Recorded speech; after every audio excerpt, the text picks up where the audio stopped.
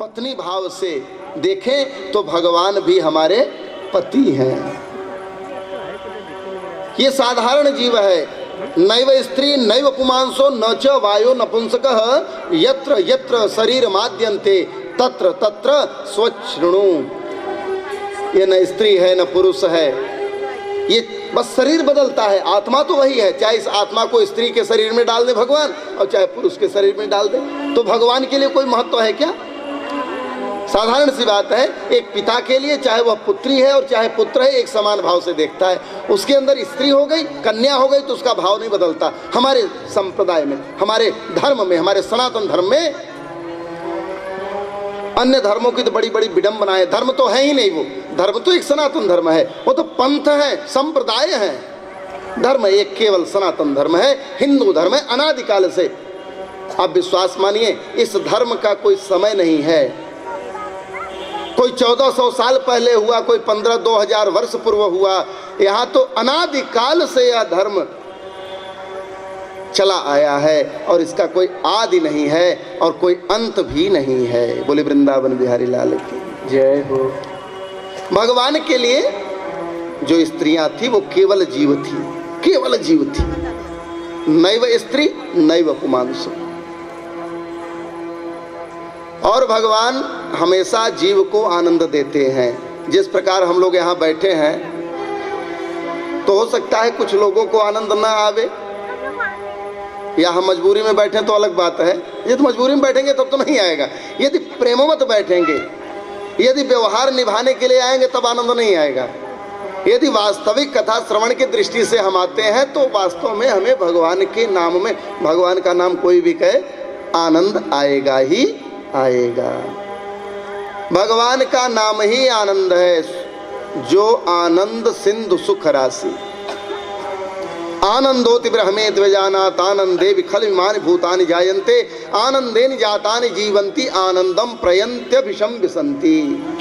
जो स्वयं आनंद के सागर हैं, आनंद से सृष्टि का प्राकट्य, आनंद में समाहित हो जाती है यह सृष्टि, वही आनंद कंद भगवान श्री कृष्ण चंद्र की कथा हो रही है। और जिनके कथा श्रवण से हमें संपूर्ण आनंद की अनुभूति होती है। बोले आनंद कंद भगवान की जय हो। इस प्रकार भगवान ने उन 16,100 कन्याओं का वर्ण किया और 16,100 कन्याओं का वर्ण करने के पश्चात उन सब के साथ भगवान अपनी दिनचर्या व्यतीत करने लगे। श्री कृष्ण जी और रुक्मिणी जी का संवाद होता है। भगवान श्री कृष्ण ने कहा कि देखो, तुमने बड़ा चूक जीवन में किया है, तुमको ऐसा नहीं करना चाहिए था, गलत तुमने विवाह कर लिया। अब भी तुम्हारे पास समय, अब जिसके पास 10 बच्चे हो जाए। अच्छा, 16,108 जो स्त्रियां थी, उनकी पत्नियां थी, उनसे 10-10 पुत्र और 1-1 कन्याओं की उत्पत्ति हुई। रुक्मिणी जी ने बहुत ही समीचीन उत्तर दिया।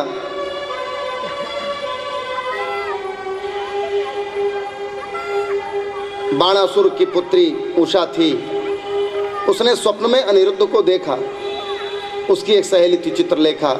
स्वप्न में देखे गए चित्र का जो निर्माण कर दे उसे कहते हैं चित्रलेखा। सोते हुए अनिरुद्ध को वह उठा करके महल में लेकर के आई। जब कुछ दिनों पश्चात यह बात पता चली, तो भगवान शंकर और भगवान श्री कृष्ण का युद्ध प्रारंभ हुआ। बहुत बृहद युद्ध का वर्णन है। अंतोगत्वा भगवान विजय से प्राप्त करके आते हैं।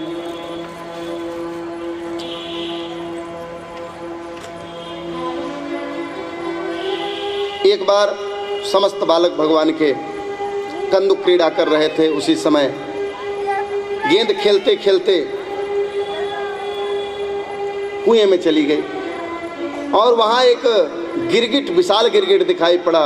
उस विशाल गिरगिट को देखकर सारे बालक डर गए। जाकर के भगवान श्री कृष्ण को लेकर के आए। भगवान श्री कृष्ण के स्पर्श से वह गिरगिट एक सुंदर राजा का स्वरूप प्राप्त किया। भगवान ने पूछा, तुम कौन हो? तो उसने कहा, नृगो नाम नरेंद्रो हम। ये नृग की कथा क्यों आती है? नृग की कथा इसलिए आती है कि जीवन में जब हम दान पुण्य करें, किसी को कुछ दें, तो देने का अभिमान हमारे अंदर उत्पन्न न हो। अच्छा, दान तो दिया, कभी कभी हमारी एक आदत है, हम कहते कुछ है और करते कुछ है। महाराज जी चलो ये मैं कर दूंगा, ये दे दूंगा। संकल्प करने का मतलब है कि उस कार्य को सिद्ध करने का संपूर्ण प्रयास करना चाहिए। और नहीं, नृग ने कोई गलती नहीं किया था। नृग के द्वारा जो दान दी गई गाय थी वह किसी ब्राह्मण की थी, दूसरे को दे दिया था। जिसकी गाय थी उसने कहा मैं यही गाय लूंगा, और जिसने दान लिया था उसने कहा मैं नहीं दूंगा।